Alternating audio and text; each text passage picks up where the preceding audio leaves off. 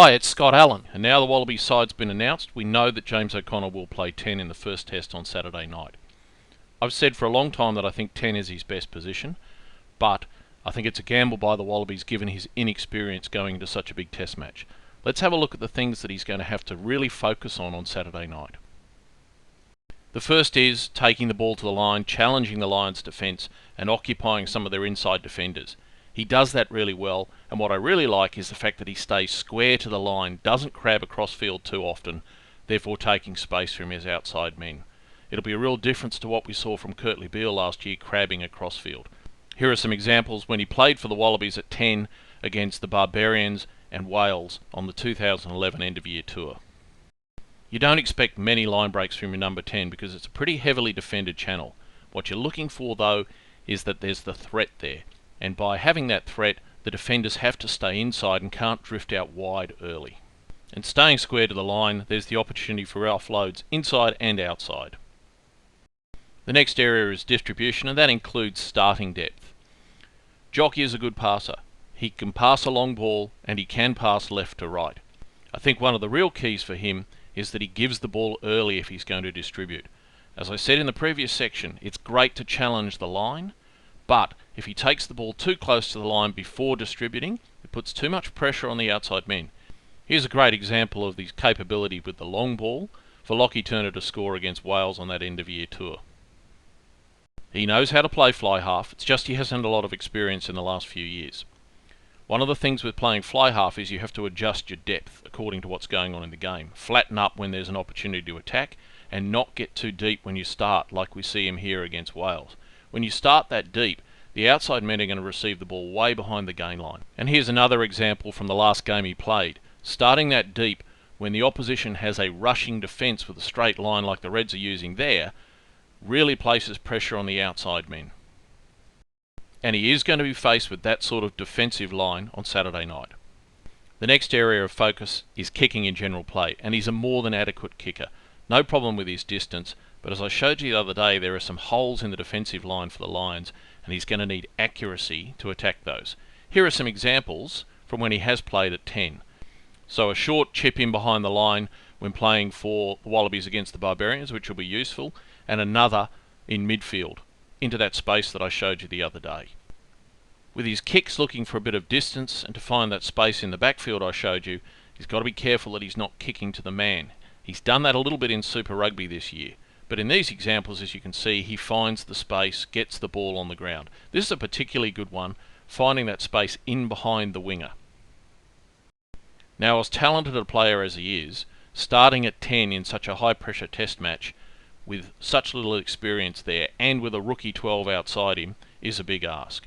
His two big challenges are in decision-making and game management. So game management involves guiding the team around the park, and for that you've got to be in the right position to make decisions, which we can see here. He's in behind the line, ready to take the ball to the right, or if he sees an opportunity like he does to make a quick decision, he brings the ball the other way. It's not a great end result, but he made that decision quickly and he moved into position quickly. So that's pretty good. Here's an example from the last game he played before going to the Wallabies camp where he doesn't get the decision making right. As you'll see as the shot widens out, he should have given the ball at this point out wide where there were some numbers. Instead he takes the ball in himself and the opportunity's lost. There won't be enough opportunities on Saturday night to waste any like that. Let's look at his game management. So here it would be very easy right now for him to make a decision. He has to go into that ruck, but if he does that, he's not available for the next play. Sometimes as a 10 you have to make the decision to leave the ruck, which he does in this case, and therefore he's in the right position out behind the back to run the next play. In this next opportunity, the first phase isn't about trying to achieve a line break. So he gives the ball nice and early. They're trying to punch forward, suck some defenders in, and on the second phase run something, which because he gets into good position, he's there to be part of and to run. That's good game management. The other part of game management, apart from the positioning, is actually then directing your teammates, particularly the number 9, what you want to happen. So we can see him out the back here.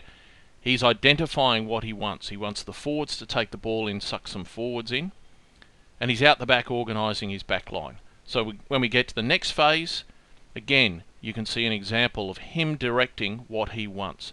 Should only take the ball when he's ready, when he sees an opportunity. Sometimes a number 10 can overplay their hand and get too involved, looking to take the ball off the halfback and distribute it out to the forwards. Sometimes that's required, but a lot of the time they need to sit out the back and wait for that opportunity as I described. Again, here, good game management. Still nothing on. You can see that Wales have got a very good defensive line. It's well spread. Now he sees there's an opportunity. They've sucked a few players in. You can see Warburton's identified they're short on the far side. And O'Connor, with great game management, gets the ball out to Turner for that try. Here's an example when he was playing 10 for the Rebels against the Chiefs earlier this year.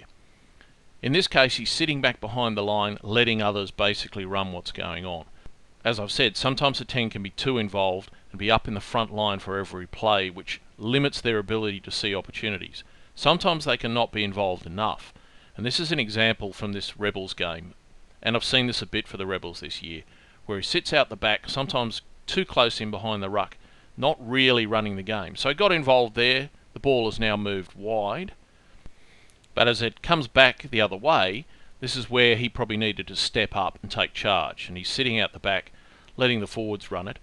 If he's not going to get involved in that phase, he should definitely be involved in this next phase. And there's a perfect opportunity, but again, he doesn't step forward and take control. He allows Rory Sidey to take it out wide. Now, if he got involved there, he could have created something to use that width.